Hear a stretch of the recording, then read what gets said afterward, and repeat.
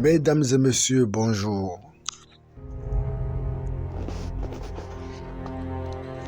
Je suis Carlos Wakandé pour qu'ensemble nous puissions prendre l'envol pour découvrir le monde du leadership.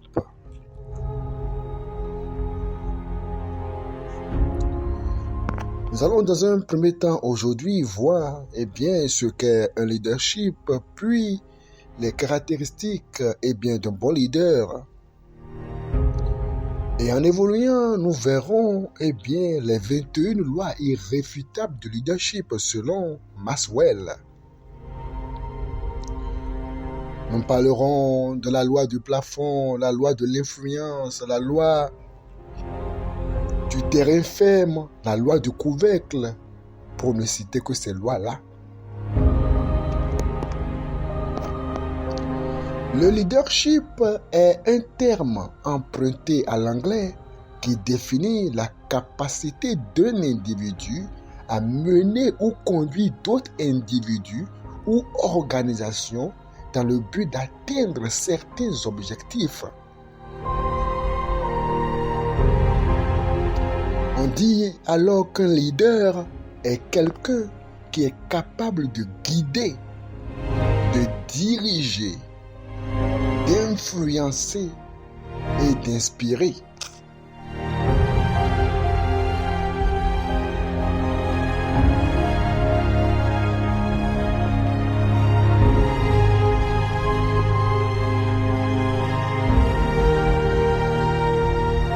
Qui que nous sommes, comprenez que d'une manière ou d'une autre, nous sommes des leaders, des personnes qui sont appelées à diriger, à conduire, à guider. Un père de famille est censé être un leader et un bon leader. Une mère de famille est censée être aussi leader. Et qui que nous sommes, nous avons forcément un groupe de personnes, une équipe que nous sommes censés diriger, orienter, booster, afin qu'ils puissent accomplir des objectifs assez précis.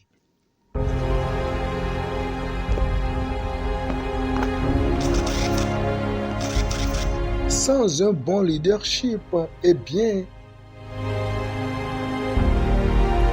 risquez d'être surpris que les gens vous lâchent subitement. Vous créez peut-être une entreprise, mais vos collaborateurs vous lâchent soudainement parce que les gens ne sont pas d'accord avec votre leadership. Une vision claire, la capacité d'influencer et de motiver et de bonnes compétences en matière d'écoute et de communication sont les 3 qualités essentielles des grands leaders selon une étude donnée. Mais la question est de savoir comment les dirigeants manifestent-ils ces qualités? Quelle est la différence entre un bon leader et un bon manager? Vous devez comprendre ces choses.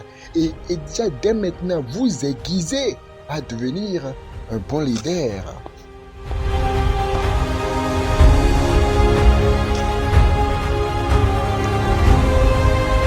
Comment se démarque un bon leader? Les dirigeants et les managers ont des rôles bien distincts au sein de l'entreprise ou au sein d'un groupe. Alors que le leader est à la fois l'architecte et l'organisateur bien sûr de la vision, le manager quant à lui traduit et applique cette vision sous forme de procédures et tâches dans le but de servir les objectifs du leader. C'est pour dire quoi? C'est pour dire que c'est le leader d'abord qui a la vision, d'accord? Mais une fois la vision donnée, le manager s'assure que les choses sont faites comme elles doivent l'être. Les leaders donc créent la vision, tandis que les managers créent les objectifs. Les leaders prennent des risques, tandis que celui qui est un simple manager contrôle la procédure. Les leaders ont une vision à long terme, tandis que les managers pensent à court terme. Les leaders investissent dans le développement personnel, tandis que les managers, c'est-à-dire les gestionnaires, se concentrent sur les compétences existantes.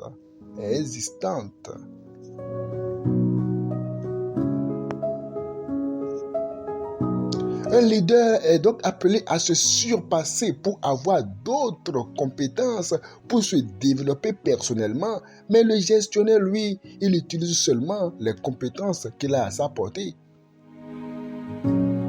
Les leaders inspirent leurs employés, tandis que les managers encadrent leur équipe.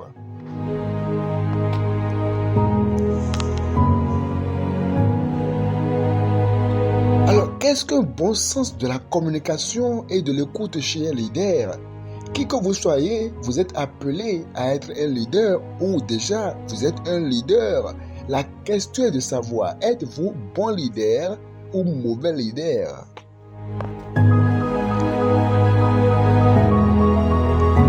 Une compétence chez le leader, celui qui est appelé à diriger, c'est sa capacité à communiquer. Les bons leaders savent articuler leurs idées de façon fluide et sont enclins à écouter les autres. L'écoute attentive est indispensable pour obtenir la motivation de votre équipe ou de vos employés.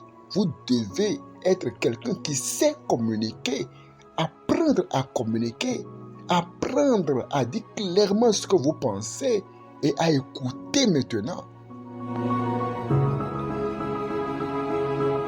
L'écoute est une compétence souvent négligée, mais quand elle est bien utilisée, elle a le pouvoir de créer un climat de sécurité.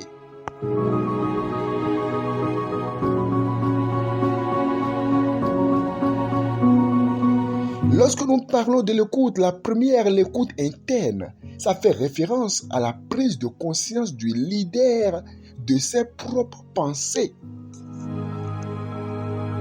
Le leader doit être à l'écoute de ses propres pensées d'abord. Maintenant, la deuxième écoute, c'est l'écoute ciblée qui intègre les idées et les préoccupations des autres ainsi que la capacité à anticiper les innovations.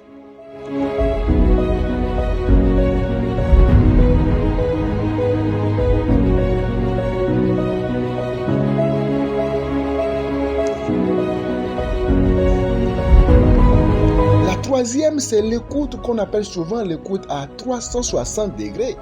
Cette écoute combine les deux formes d'écoute précédentes, c'est-à-dire l'écoute interne, l'écoute de votre pensée et l'écoute des autres.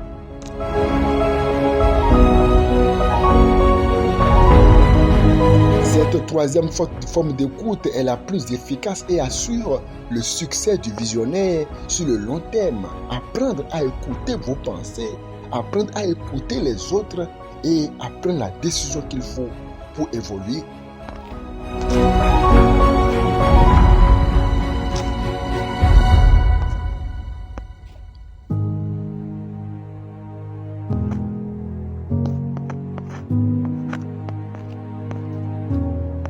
Comment les leaders peuvent-ils influencer et motiver? Pouvoir planifier une solide stratégie ne suffit pas pour ouvrir la voie au succès. Un bon leader doit influencer et motiver les autres pour communiquer ses objectifs et les faire appliquer. Un dirigeant efficace doit non seulement partager sa vision de l'avenir, mais également donner confiance à ses collaborateurs afin de mieux les préparer aux défis de demain.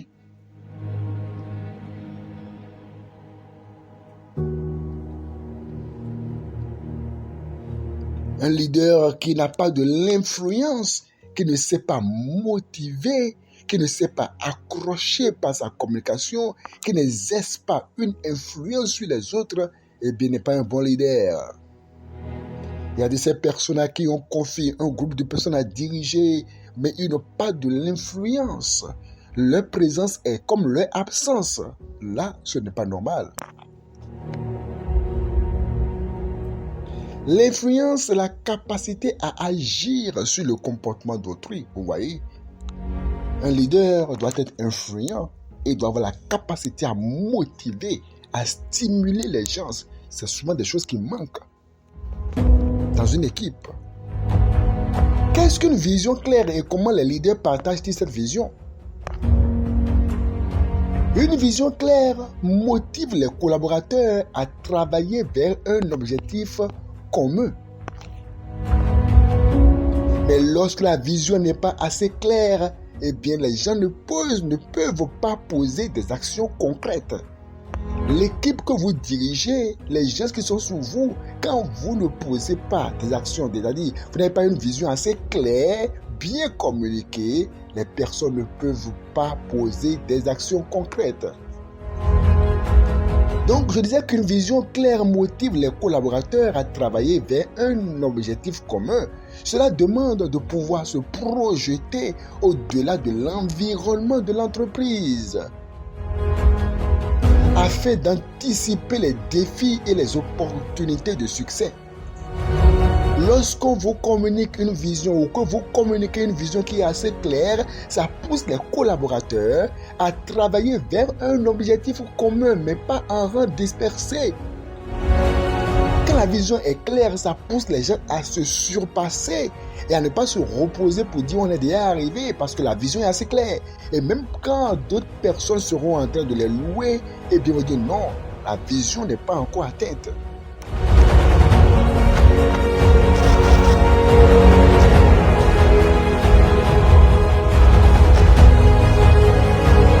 Apprendre à communiquer la vision. Vous savez, parfois à l'école, pendant que quelqu'un on fait une interrogation et que quelqu'un a 10 et se réjouit, l'autre là-bas obtient 17 mais est en train de pleurer parce que lui s'est fixé comme vision de ne jamais avoir moins de 18, de 19 dans chaque interrogation. Quand la vision est claire, elle sert de repère. Quand la vision est claire, eh bien, on peut courir après elle. Quand la vision est assez claire, elle embrasse votre équipe, elle embrasse vos collaborateurs. Toutes les fois que vous communiquez votre vision clairement, ça enflamme votre équipe, ça enflamme vos collaborateurs.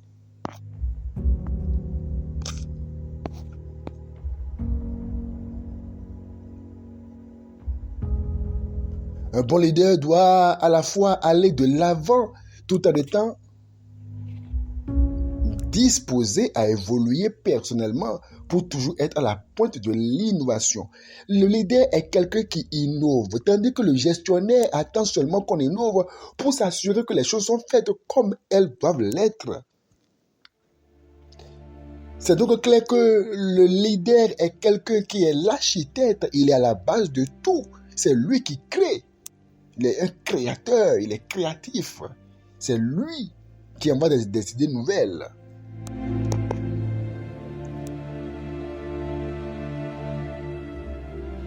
Un bon leader donc doit à la fois aller de l'avant tout en étant disposé à évoluer personnellement pour toujours être à la pointe de l'innovation. Avec ces trois qualités de leadership, une organisation est dès lors parfaitement équipée pour réaliser sa vision et faire face aux défis. La communication et l'écoute, l'influence et la motivation et une vision clairement partagée.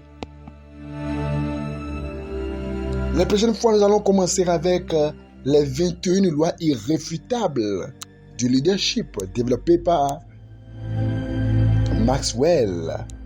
Et nous commencerons en son temps par la loi du plafond et la loi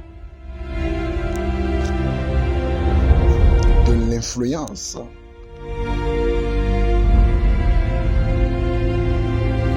Cherchez à être un bon leader.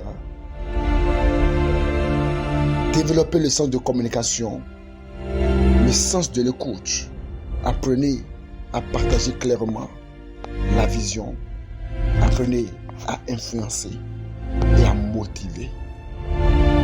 Merci beaucoup d'avoir été là. C'était Carlos Retandé.